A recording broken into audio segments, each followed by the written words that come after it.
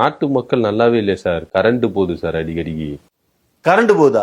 இப்ப என்ன கரண்ட் போச்சா? கரண்ட் போச்சாங்கிற கரண்ட் போச்சா? என் வீட்டுல கூட கரண்ட் எடுத்துக்கோங்கன்ற நானு. So welcome guys, welcome back to Vikram new video. வணக்கம் சாமி. நண்பர்களே, இந்த வீடியோ நம்ம எதை பத்தி பேச போறோம்னா அன்பாப்புலர் ஒப்பீனியன் கைஸ். எஸ், எல்லாருக்குமே ஒரு ஒப்பீனியன் இருக்கும். ஊருக்குள்ள எல்லாருமே ஒரே ஒப்பீனியன் தான் சொல்லிட்டு இருப்பாங்க. ஆனா அதுல உங்களுக்கு ஒரு வேற ஒப்பீனியன் இருக்கும். நீங்க அதை சொன்னீங்க அப்படின்னா எல்லாரும் உங்களை கடிக்க வந்துருவாங்க. அதெல்லாம் நீ சொல்லக்கூடாது. ஏன் சொல்ற நீ? சோ அந்த மாதிரியான ஒப்பீனியன்ஸ் எல்லாமே எனக்கு ஒரு சில விஷயங்கள் இருக்கு. உங்களுக்கும் நிறைய அன்பாப்புலர் ஒப்பீனியன் எல்லாம் இருக்கும். சோ அதெல்லாமே கமெண்ட்ஸ்ல சொல்லுங்க, நானும் படிக்கிறதுக்கு ஆர்வமா இருக்கேன். சோ ஃபர்ஸ்ட் இப்ப என்னோட அன்பாப்புலர் ஒப்பீனியன்ல இருந்து ஆரம்பிக்கலாங்களா? சோ இதுல ஃபர்ஸ்ட் விஷயம் என்னன்னு கேட்டீங்கன்னா, ஃபேன் ஆர் ஏசி. எஸ், ஃபேனா ஏசியா? உங்க வீட்டுல ஃபேன் இருக்கு, ஏசி இருக்கு, அப்படின்னா நீங்க எதை சூஸ் பண்ணுவீங்க? ரெண்டும் இல்ல, நான் நேச்சுரல் பிரீஸ் தான் சூஸ் பண்ணுவேன். நான் நேச்சுரல் பிரீஸ்னு எதை சொல்றேன் அப்படின்னா, நல்ல ஓப்பன் பிளேஸ்ல இல்ல மாடியில டெரேஸ்ல நல்ல ஒரு பாயை விரிச்சு போட்டு ஒரு தலானிய போட்டு அப்படியே மல்லாக்க படுத்து நல்லா ஒரு பெட்ஷீட் மட்டும் லைட்டா கால் வரைக்கும் போத்திட்டு அப்படியே குப்புறக்க படுத்து தூங்கணும்னு வச்சுக்கோங்களேன். அப்படியே அந்த நேச்சுரல் ஏரை சுவாசிச்சுட்டு அந்த ஃபீலே தரமா இருக்கும் நண்பர்களே. அந்த சுச்சுவேஷன் அமையுமான்னு கேட்டீங்கன்னா ரொம்ப ரேரா தான் அமையும். ஏன்னா நம்ம ஊருக்குள்ள கொசு தொல்லை, நிறைய தொல்லைகள் இருக்கு. உட்காந்து சொரிஞ்சுக்கலாம், நிம்மதியா தூங்க முடியாது. சோ அதனாலயே நம்ம வீட்டுக்குள்ளதான் கம்ஃபர்டபுளா தூங்குற மாதிரி இருக்கும். அது மாசத்துக்கு ஒரு தடவை இல்லைன்னா ஒரு சில நேரம் அதுவுமே இருக்காது. இந்த வின்டர் சீசன் அந்த மாதிரி டைம்ல தான் நல்ல ஒரு கிளைமேட் இருக்க டைம்ல தான் அந்த மாதிரி பீஸ்ஃபுல்லா தூங்க முடியும். அந்த மாதிரி டைம்ல எல்லாம் நீங்க தூங்கிருக்கீங்க, நல்ல ஓப்பன் ஸ்பேஸ்ல நல்ல ஃப்ரீயா தூங்கிருக்கீங்க அப்படின்னா நான் சொல்ல வரது உங்களுக்கு எவ்வளவு பெரிய இதுன்னு புரியும். கரண்ட் இருக்கா அப்படின்னு தான் பார்க்கணும். அதுவும் சம்மர் டைம்ல போது ரொம்ப ஒஸ்டா தான் போயிட்டு இருக்கு. இப்ப நான் இருக்க ஊர்ல எங்க ஏரியாலாம் பாத்தீங்க அப்படின்னா 5 நிமிஷம், வெறும் 5 நிமிஷம் வெளியே போயிட்டு வந்தாலே தலை வலிக்குது. அப்படியே வாய் விட்டா போல இருக்குது. ஒரு அரை மணி நேரம் சுத்திட்டு இருந்தோம்னா மயக்கமே வந்துடும் போல. ஒரு தடவை போட்டு அடிச்சு அடி வாங்கிட்டு இருக்காப்ல. அவர் ஏதோ ஒரு எக்ஸ்பிளனேஷன் எல்லாம் வீடியோட கொடுத்திருக்காரு. சோலார் சிஸ்டம் யூஸ் பண்ணுங்க அப்படின்ற மாதிரி சொல்லி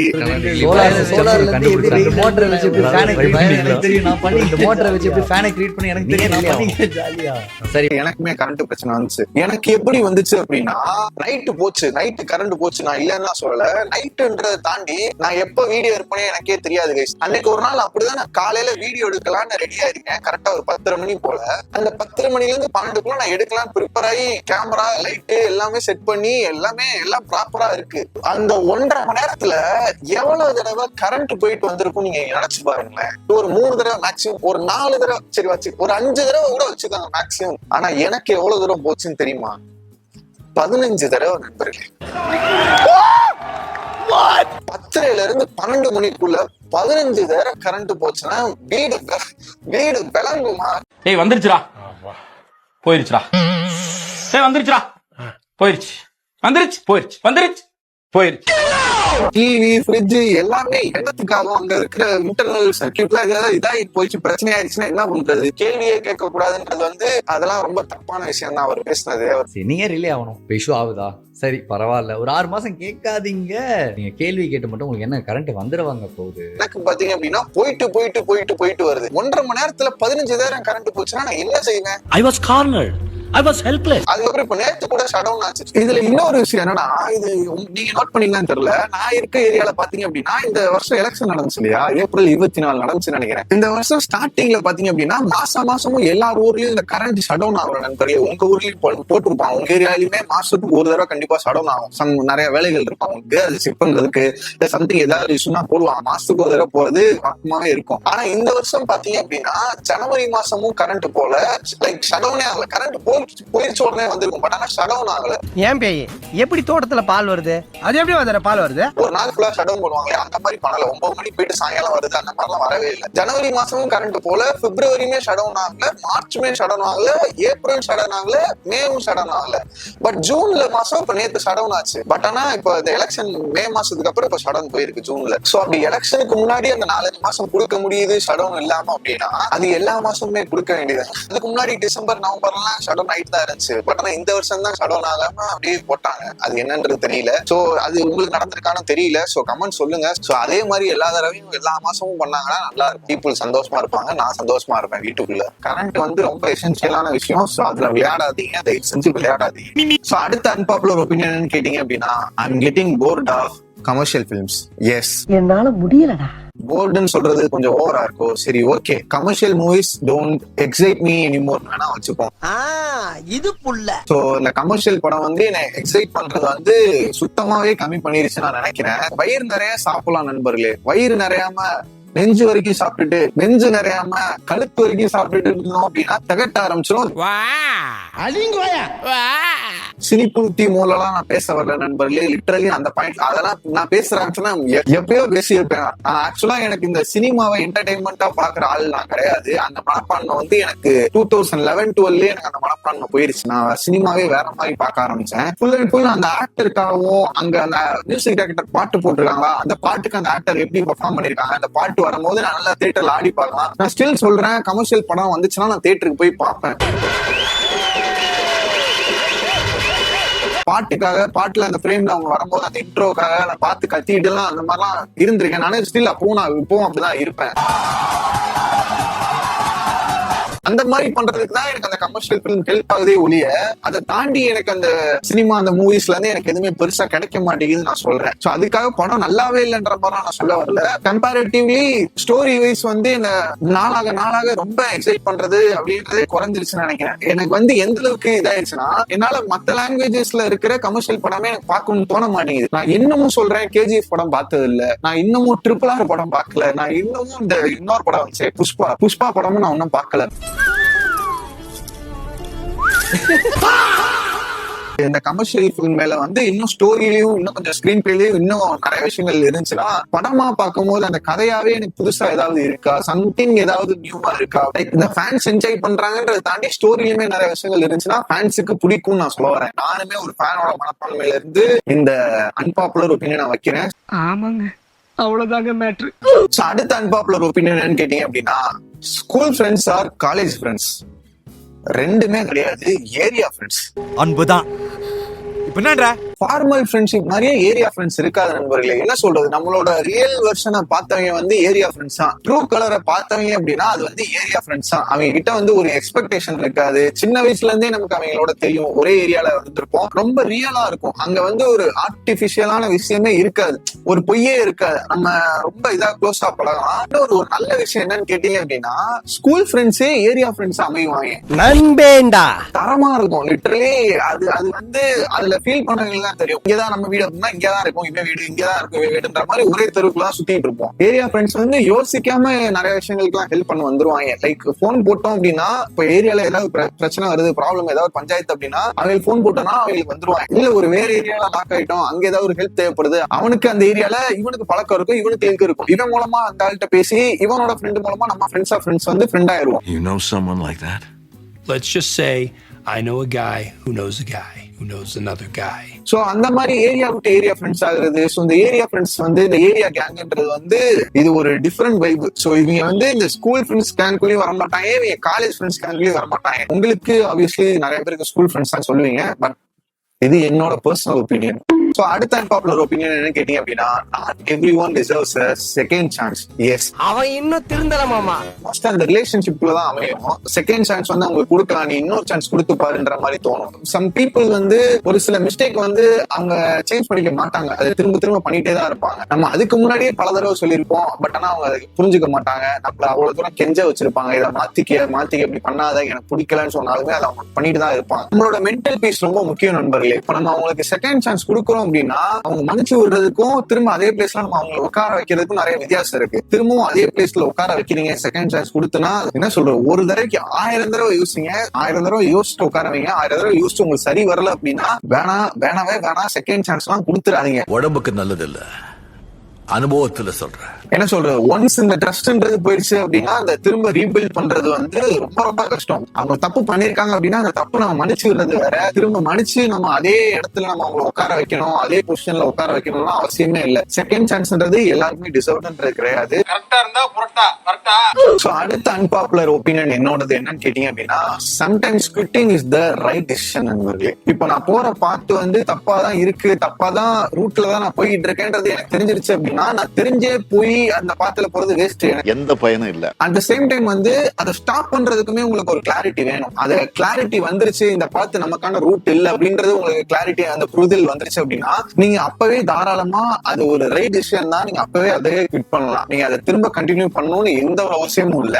நீ பண்ற ஏன் வரலாம் பரவாயில்ல, உங்களை நான் நிக்கிறேன். பிளான மாத்துறதுனால நீங்க ஃபெயிலியர்னு இல்ல, அந்த தப்பான போற ரூட்டை வந்து நீங்க பார்த்து கிளாரிட்டியோட ஸ்டாப் பண்ணிருக்கீங்க.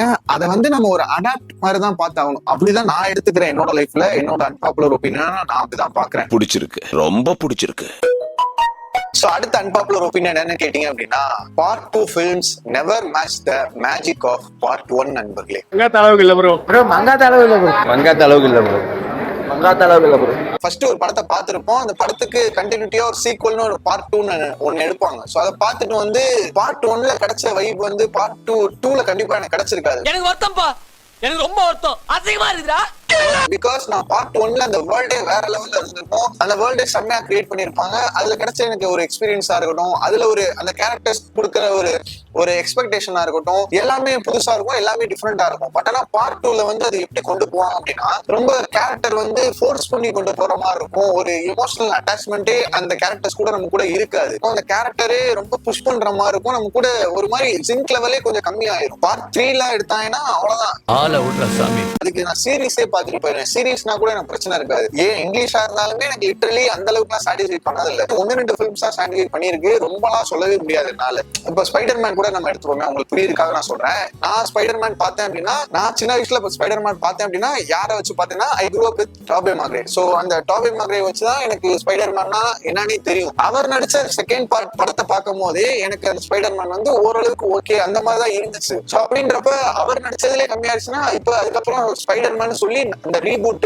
எம்சியூன்னு சொல்லி நிறைய பேர் பண்ணிட்டு இருக்காங்க. டாம் ஹாலண்ட், ஆண்ட்ரூ கார்ஃபீல்ட்னு. எனக்கு பர்சனலா பார்க்கணும்னே தோணல. நிறைய பேர் கண்டிப்பா நிறைய கண்ணீஸ் இருப்பீங்க.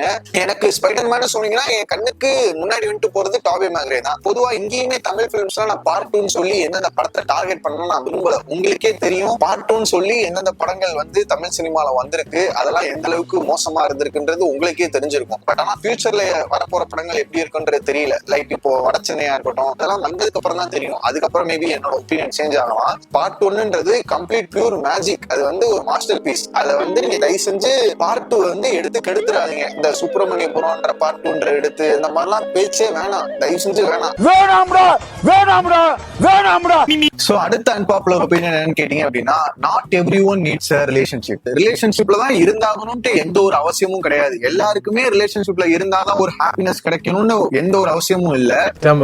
நீ பொத்திட்டு உட்கார்ற. சிங்கிளா இருந்தாலே ஹாப்பியா லைஃப் மெயின்டைன் பண்ண முடியும். ஒரு ஒன்லி சோர்ஸ் கிடையாது. வந்து ரிலேஷன்ஷிப்ல இருந்தாதான் ஹாப்பினஸ் கிடைக்கும்ன்றது ஒன்லி சோர்ஸ் கிடையாது. தெரிஞ்சுக்கிட்டியா? அதை தாண்டி ஃபேமிலி கூட இருக்கும் போதோ, ஃப்ரெண்ட்ஸ் கூட இருக்கும் போதோ, இல்ல கரியர் நோக்கி பேஷனை நோக்கி போகும்போதோ, அதுலயுமே நமக்கு நிறைய விஷயங்கள் ஹாப்பினஸ் அது மூலமாவே நமக்கு கெயின் பண்ண முடியும். குளோரிஃபை பண்ணாம லைஃப் மெயின்டைன் பண்ணவங்கள நீங்க பாத்துருந்தீங்கன்னா நான் சொல்ல வந்துருது என்னன்றது உங்களுக்கு புரிஞ்சிருக்கும். நியூட்ரலா சிங்கிளா இருக்கிறவங்களை பாத்தீங்க அப்படின்னா அவங்க ஹாப்பியா லைஃப் லீட் பண்ணுவாங்க. அவங்க காசுல அவங்களோட லைஃப், அவங்க கரியரை பார்த்துட்டு சந்தோஷமா லீட் பண்ணுவாங்க. நானே பார்த்திருக்கேன், நானே இருந்திருக்கேன். என்ன தாண்டா சொல்றேன், நம்ம யாரோட கண்ட்ரோல்ல இருக்க மாட்டோம். இட்ஸ் a சாய்ஸா தான் நான் பாக்குறேன், நாட் நெசசிட்டி. அது ஒன்னும் ஒரு அவசியமான விஷயமாவும் நான் பார்க்கல. எல்லாரோட டைம்லைனுமே டிஃப்ரெண்டா இருக்கும். சோ நம்ம வாழ்ற வாழ்க்கை மாதிரி தான் எல்லாருமே வாழ்வாங்கன்றத சொல்ல முடியாது. நமக்கு கிடைச்ச வாழ்க்கையில எக்ஸ்பீரியன்ஸ் தான் எல்லாருக்கும் அனுபவிச்சிருப்பாங்கன்னு நம்ம சொல்ல முடியாது. என்ன பொறுத்தளவு இல்ல. இது என்னோட ஒரு அன்பாப்புலர் ஒப்பீனியன் தான். அப்படியா?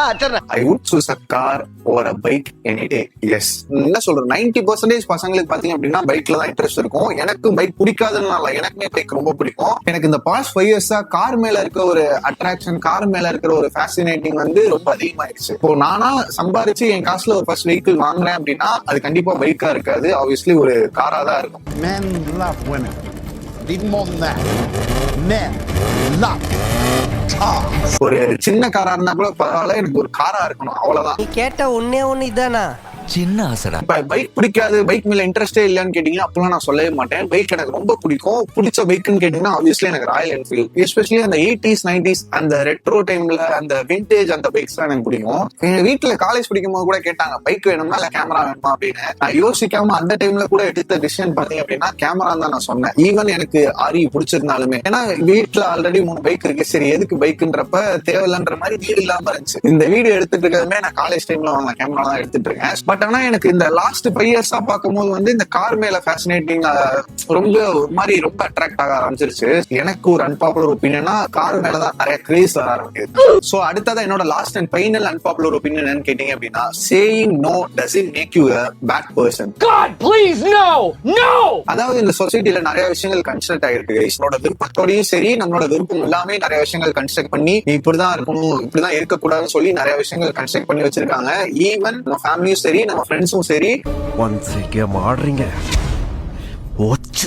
அந்த மாதிரியான விஷயங்கள் உங்களுக்கு ஒத்து வரல, உங்களுக்கு செட் ஆகல, உங்களுக்கு பிடிக்கல, உங்களுக்கு அதுல விருப்பம் இல்ல, உங்களுக்கு டைம் இல்ல அப்படின்னா நீங்க தாராளமா நோ சொல்லலாம். நீங்க ஃபேக்கா எஸ்ன்னு இவங்களுக்காக சொல்றதை தாண்டி உங்களால ஒரு விஷயம் பண்ண முடியல, பண்ண பிடிக்கல, பண்ண இஷ்டம் இல்ல அப்படின்னா, இல்ல பண்ண டைம் இல்ல அப்படின்னா நீங்க தாராளமா நோ சொல்லலாம். அவன் கிடக்குறான்டா மயிராண்டி. உண்மையாக க்ளோஸ் ஃப்ரெண்ட்ஸ் ஏதாவது கேட்கறாங்கன்னா ஆப்வியஸ்லி பண்ணதான் போகணும். அந்த மாதிரி விஷயங்கள் சொல்ல வரல. உங்ககிட்ட யாராவது ஹெல்ப் கேட்கறாங்கன்னு வச்சுப்போம். ஹெல்ப் கேட்கறாங்க, உங்களால பண்ண முடியுது, பட் ஆனா உங்களோட வேலை அதுல பாதிக்குது, உங்களோட டைம் போகுது, உங்களோட எனர்ஜி போகுது, உங்களோட வேலையும் பாதிக்குது அப்படின்னா அதை மீறி நீங்க பண்ணணும் அவசியம் இல்லை. உங்களால பண்ண முடியல, உங்களுக்கு டைம் இல்லை அப்படின்னா, உங்களுக்கு வேலை இருக்கு அப்படின்னா நீங்க தாராளமா நோ சொல்லலாம். அப்படித்தான் பேசுவேன். சொல்ல பழகிக்கோங்க. நான் அனுபவத்துல சொல்றேன். சோ நோ சொல்றதுனால உங்களை தப்பா பாத்துருவாங்கன்ற எந்த ஒரு விஷயமும் கிடையாது. அண்ட் கண்டிப்பா உங்களுக்கும் நிறைய அன்பாப்புலர் விஷயங்கள் இருக்கும். எல்லாருமே ஒரு ஒப்பீனியன் வச்சிருப்பாங்க. ஆனா இந்த ஒப்பீனியன் சொன்னா என்ன அடிக்க வருவாங்க, என்னை கடிக்க வருவாங்க அப்படின்ற மாதிரியான விஷயங்கள்லாம் உங்களுக்குமே இருக்கும். ஆல்ரெடி கடியும் வாங்கியிருப்பீங்க, அடியும் வாங்கியிருப்பீங்க. வீட்லயும் சரி, ஃப்ரெண்ட்ஸ் கிட்டயும் சரி, சொசைட்டிலயும் சரி. இவன் தான் எங்கேயோ செமத்தியா வாங்கியிருக்கான். அன்பாப்புலர் ஒப்பீனியன் சொல்லி உங்களுக்கு ஏதாவது பேக்லாஷ் ஆன இன்சிடென்ட் இருந்துச்சுன்னா அந்த கதையுமே சொல்லுங்க. படிக்கிறது நல்ல ஜாலியா இருக்கும். இதை பத்தி நான் சப்ரெடிட் போய் நான் ரெடிட்ல போய் படிக்க ஆரம்பிச்சேன். ஒரு சப்ரெடிட் எதுக்குன்னே தனியா இருக்கு. அதை படிக்கிறமா பாத்தீங்கன்னா நிறைய விஷயங்கள் போட்டிருந்தாங்க. சோ அப்பதான் எனக்கு இந்த மாதிரியான அந்த கண்டென்ட் போடணும்னு எனக்கு தோணுச்சு. அவ்வளவுதான் நண்பர்களே இந்த video. I hope you guys like this video. உங்களுக்கு வீடியோ பிடிச்சிருக்கும் நம்புறேன். பிடிச்சிருந்துச்சு அப்படின்னா லைக்க போட்டு, ஹைப்பை போட்டு, கமெண்ட்ல உங்களோட அன்பாப்புலர் ஒப்பீனியனை மறக்காம ஷேர் பண்ணுங்க. அண்ட் நானும் உங்களை அடுத்த வீடியோ மீட் பண்றேன். Until then, by from Vikram guys.